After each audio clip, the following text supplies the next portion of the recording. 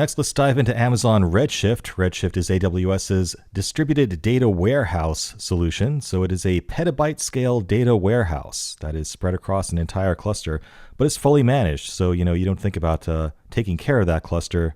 They take care of all the server maintenance for you. Now, given that the world of big data often involves the world of data warehouses and dealing with massive data sets, it should be no surprise that the exam spends a lot of time talking about Amazon Redshift. So we're going to spend a lot of time on it as well. A lot of depth here needed on Redshift, so pay attention, folks. This stuff is all important. At a high level, what is Redshift? Well, it is a fast and powerful, fully managed, petabyte-scale data warehouse service. And Amazon claims that it delivers 10 times better performance compared to other data warehouses. So not only is it massively scalable, it's super fast, and it achieves that speed using machine learning, massively parallel query execution, which is called MPP, and using columnar storage, which we talked about earlier, and using high-performance disks as well. Keep in mind, Redshift is a data warehouse, so it is specifically designed for online analytic processing, OLAP. It's for querying your data and getting insights out of it on an analytical standpoint. It is not made for OLTP. For OLTP, typically you would want more row-based storage. So you're not going to be hitting your Redshift data warehouse at massive transaction rates, expecting fast responses. It's meant as an analytics tool, which is why it's in the analytics section here. They also claim that in addition to being super fast and super scalable, it's also super cheap. They claim it is the most cost-effective cloud data warehouse, and there is no upfront cost to using Redshift, and that is in stark contrast to building out a massive data warehouse on premises. I can tell you that firsthand. You just pay as you go for the resources that you're consuming. And that can end up being 1/10 of the cost or less of traditional data warehouses that are stored on premises. Also, it provides fast querying capabilities over structured data using familiar SQL-based clients and BI tools, just using standard ODBC and JDBC connections, so it just looks like another relational database to the outside world, and you can connect any analytic or visualization tool you want to Redshift on top of it. It's also easily scalable. You can easily scale up or down your cluster with just a few clicks in the AWS Management Console or with a single API call. So if you do need to scale it up or scale it down, that's very easy to do. Won't be automatic, but at least it's easy. It also uses replication to enhance your availability and continuous backups to improve your data durability. And it can automatically recover from component and node failures. For monitoring, it integrates with CloudWatch, and for metrics for compute utilization, storage utilization, and read-write traffic to the cluster, those are all available for you free of cost within CloudWatch. And you can also add user-defined custom metrics that you can add using CloudWatch's custom metrics functionality.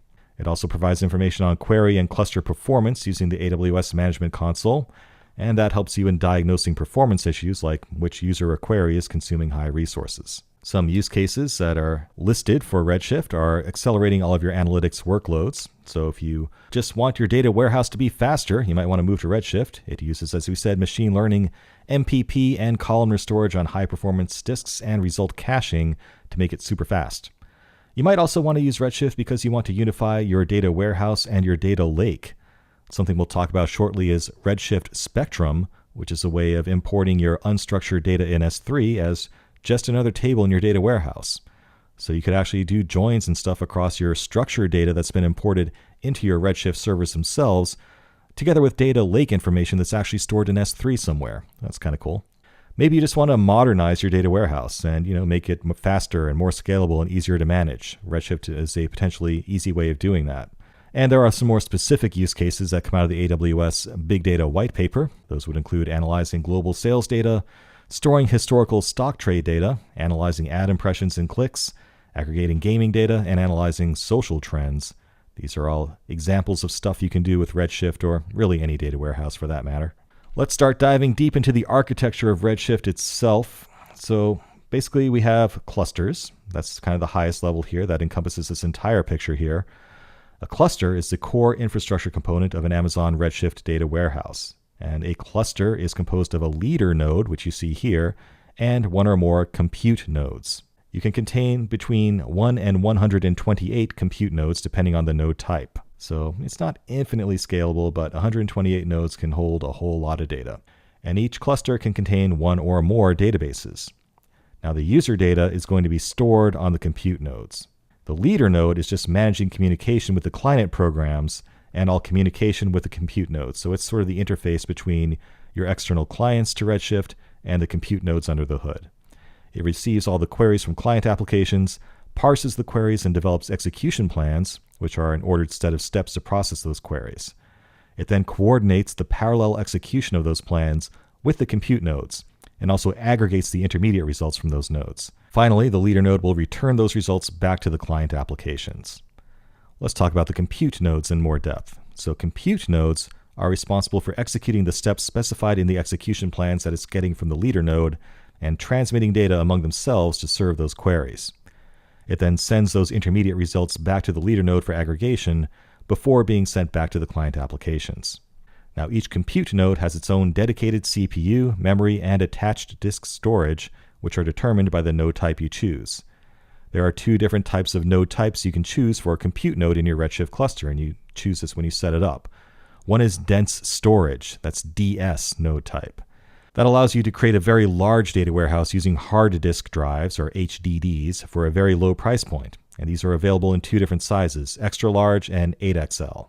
An extra large XL has 3 HDDs with a total of 2 terabytes of magnetic storage, and an 8XL has 24 hard drives with a total of 16 terabytes of magnetic storage on that node. Now, a DS2.8XL large has 36 Intel Xeon E5-2676 Haswell virtual cores and 244 gigabytes of RAM, whereas an extra large has 4 Intel Xeon E5-2676 Haswell virtual cores and 31 gigabytes of RAM. So depending on the scale of your data, you have the choice there of extra large or 8x large dense storage if you want to optimize for storage capacity.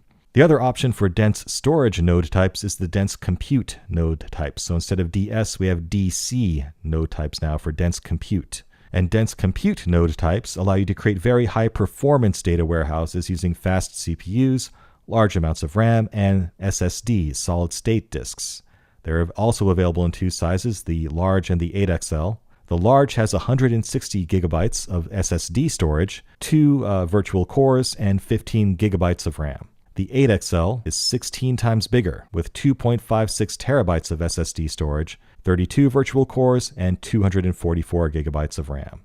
So it allows you to get started with a single DC2 large node for 25 cents per hour, and scale all the way up to 128 8XL nodes with 326 terabytes of SSD storage, 3,200 virtual cores, and 24 terabytes of RAM. That's a lot. That's really big. But at the end of the day, remember that compute nodes can be either dense compute or dense storage if you want to optimize for computing capacity or storage capacity. One has SSDs, one has HDs, and within those you also have large and extra large options available to you as well. All right, so within the compute node, we have node slices. So every compute node is divided into slices, and a portion of the node's memory and disk space is going to be allocated to each slice, where it processes a portion of the workload assigned to that node. The number of slices per node is determined by the node size of the cluster. All right, that's a lot of depth there, but really you need to know it. So a cluster consists of a leader node and many compute nodes, one or many compute nodes. A compute node can be dense storage or dense compute, and that compute node in turn consists of node slices that process chunks of the data being given to it.